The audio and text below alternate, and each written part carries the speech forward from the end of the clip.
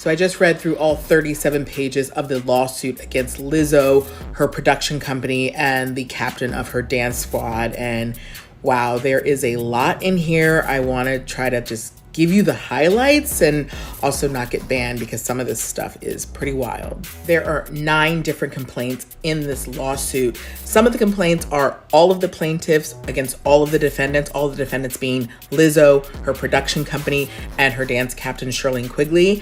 And some of the complaints are just 1 or 2 of the plaintiffs against maybe 1 or 2 of the defendants. The first complaint is hostile work environment. The second complaint is failure to prevent and/or remedy hostile work environment. Third is religious harassment. Fourth is failure to prevent and/or remedy religious harassment. Fifth is racial harassment. Sixth is disability discrimination. Seventh is intentional interference with prospective economic. 8 is assault. And 9 is false imprisonment.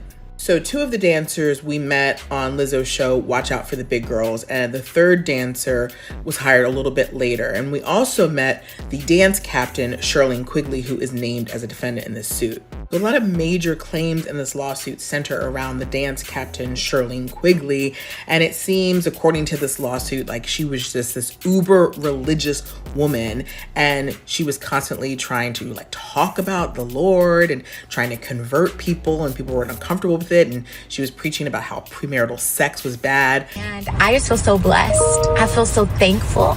I feel so full of joy. I had such an amazing time on tour.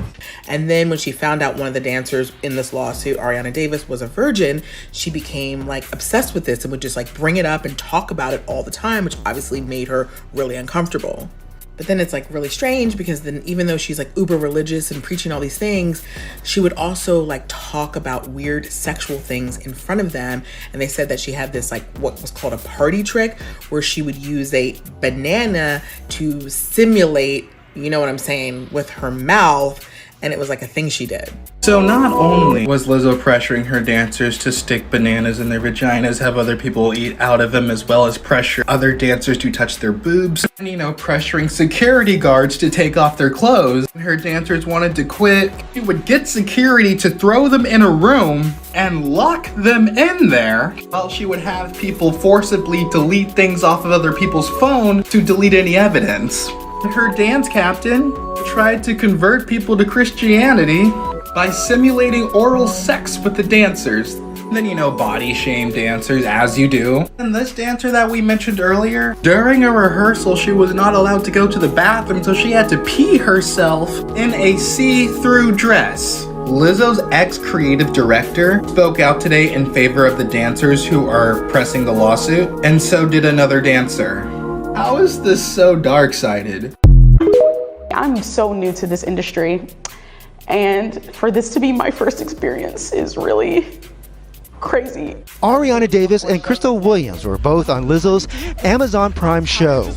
Watch out for the big girls. The pair also went on tour with a Grammy Award-winning artist whose real name is Melissa Jefferson. Davis says she was pressured to attend sex shows in Europe even though it was against her religious beliefs.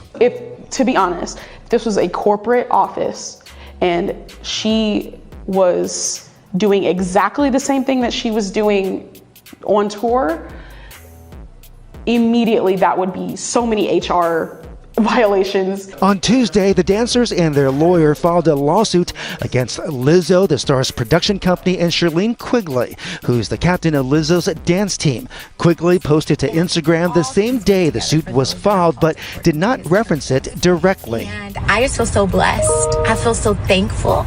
I feel so full of joy. I had such an amazing time on tour. The dancers say they were subjected to a hostile work environment that included weight shaming and unequal pay.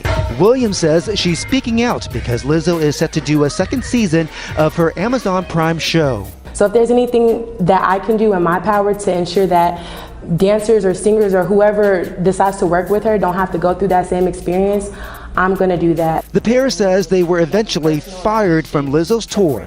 Nobody speaks up because they're so scared for their jobs. I was terrified for my job. Indy ain't no loose lips. Now them hoes tryna sue me. Bitch, I don't give two shits.